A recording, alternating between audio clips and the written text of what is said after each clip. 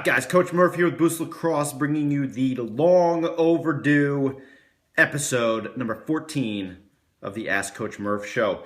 It's been a while since we posted one of these, guys, and the main reason being we've moved all of our operations from North Carolina up to the New England area, specifically the South Shore of Boston. So all you New England players, Vermont, Maine, New Hampshire, Massachusetts, Connecticut, even New York, keep an eye out, guys. We got a lot of big things coming in the next 4 to 6 months. So stay tuned here. We will let you know when that happens. But without further ado, guys, we got a lot of great questions this week. So let's get into the questions and hopefully the answers.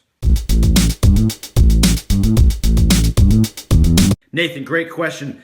Sprinting speed is something that a lot of kids have naturally. Everybody knows a couple kids that are genetically very fast runners, but some things you can do, and a lot of this is done in the off season, is get in the weight room, get stronger. So squats, jumping lunges, work on some explosive movements, medicine ball throws, kettlebell swings.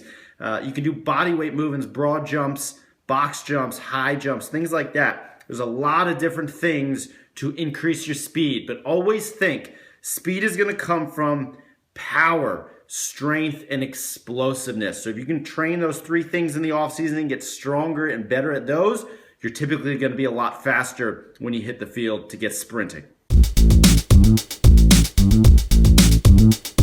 Walter, awesome question. And there's typically a little bit of misconception with endurance when it comes to the sport of lacrosse. We're not looking to become marathon runners. So, we've worked with a lot of kids in the past that have, we ask them what they've done in the past to work out, and they say, I go running. And they go and run 5 miles, they run 10 miles, they run 15 miles. Lacrosse is not a game where you need to have marathon type endurance. We're not getting on the field and running slowly for 60 minutes. This is sprint speed we're talking about. So, Walter, you need to work on sprint endurance. And what that means is, in the game of lacrosse, you might have to sprint 45 yards at max speed, do a couple shuffle movements based on, the fact that you might be playing defense, and then sprint another 40 yards right away at max speed. So you need to mimic that in your training. So next time you hit a field and you're trying to gain endurance, think about it as sprint endurance. Get on the field, run 10-yard sprints, run 60-yard sprints, run 100-yard sprints, 40-yard sprints. It doesn't matter what it is, but mix the distance up and then mix your rest up as well. So if you say, I'm going to go run 8 40-yard sprints today with a 10-second break in between each one, great. Next time, run 8 30-yard sprints with a 20-second break in between, or whatever you want to do, but mix it up as much as you can to mimic what you might encounter on the field in the game of lacrosse. Sprint endurance is what we're after, not marathon endurance. Great question. Next one. Caleb, great question. For the speed aspect of this, just listen to the last 2 answers that we just answered. But when it comes to footwork and agility, 3 very, very simple things you can do, very cheap as well, on your own to increase your footwork and agility. Number 1, buy a jump rope. Get on this thing every single day. There's a very big reason this jump rope has been in the boxing world forever. They need to have great footwork when they're in the ring. We do as well on the field for the game of lacrosse. So get on the jump rope every single day. Get really good at that. Spend 5 to 10 minutes doing that every single day. The next one, the second one you can do, buy yourself a speed ladder. $30 on Amazon. You can probably get it at a local sporting goods shop. Watch the video that we have of Marcus Holman and Davey Emla and them running through what they do. But go through this every single day as well. It doesn't take a lot of effort. It doesn't take a lot of time. Finish your jumping rope, get on your speed ladder. You can do it in your driveway, in your yard, it doesn't matter. But work on your footwork and dedicate yourself to getting better at that. And the third thing is cone drills. Again, watch Davey and Marcus run through what they do, but there's thousands of cone drills you can do out there that mimic what you might see on the field. So those are the 3 most simple things you can do, and very cheap, I might add. Great question. On to the next one. Blake, this is a fantastic question. The reason I love this is because a lot of kids don't know what to do when the season hits when it comes to working out.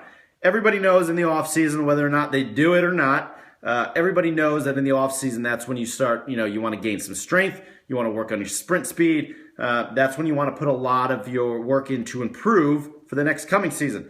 Once this season hits, though, I would say 99% of you guys don't do anything outside of practice. And that is a very, very big mistake. Say the two biggest things you need to do when it comes to the season, on top of practice, you need to be working on maintaining your strength and staying mobile so you can stay away from injuries, essentially recovery. So the first one, guys, maintaining your strength. Think about it this way. If you put all the work in you're supposed to put in the offseason, you get really, really strong and you get really fast. By the time the season hits, you're still working on your speed and practice, but you're not doing any lifting to maintain your strength. So at the beginning of the season, you're at your strongest point as well as your fastest. By the end of the season, you're probably just as fast because you've been sprinting all the time, you've been running a lot, but you haven't been doing anything in the weight room. So you're at your weakest point when it comes to strength. That is not what you want. That's the time the playoffs hit. That's the time, you need to be working towards a championship as a team. So you need to be at your strongest point of the season. So what you need to do in the middle of the season, guys, focus on maintaining your strength. You don't need to be killing yourself in the weight room, getting sore for practice. Maintain your strength. The big lifts, squats, deadlifts, presses, and then do a lot of the accessory work, rows, whatever it is, rotational throws, things like that. But maintain your strength throughout the season. We did this back in college, and it was fantastic. We spent, I think we did one day in the weight room, and then we did one day in the pool. The pool workout definitely helped us with recovery as well. But you need to maintain your strength throughout the season. So coaches, players, whoever's watching this, get your guys on a program. 1 to 2 days in the weight room. Doesn't need to be a lot of time, half an hour to 60 minutes at most. Maintain your strength. Get in, get the work done, get out. When it comes to recovery, guys, mobility is huge. You need to focus on staying mobile throughout the season. You need to pay attention to your soreness. You need to take care of it. There's a website called ROMWOD, ROMWOD.com, that is fantastic. It's 20 minutes a day. You sign up for a membership. So coaches or even players, captains, sign up for one membership. Have everybody follow it. It's a 20-minute mobility workout. It's going to help you dramatically in the recovery portion of the game of lacrosse. So you can do this at night in your dorm room. You can do this at night at home, wherever you are in college, high school, doesn't matter, but get it done. So great questions today, guys. Thank you for the questions. As always, send in anything you have. We're going to try to get one of these done a week. But for Nathan, Walter, Caleb, and Blake, who sent in questions, guys, we're going to send you a free Boost Lacrosse t-shirt. We didn't tell you this is going to happen, but we're doing it. So direct message us on Instagram, your address and your t-shirt size. We're going to send this out to you because we love you guys. We want to thank you for your support. We want to thank you for being part of the Boost Nation and for sending in these awesome questions. So stay tuned, guys. Send us in questions. See you next week for episode 15. In the meantime, good luck this week in your games. Keep working your asses off. Talk to you later.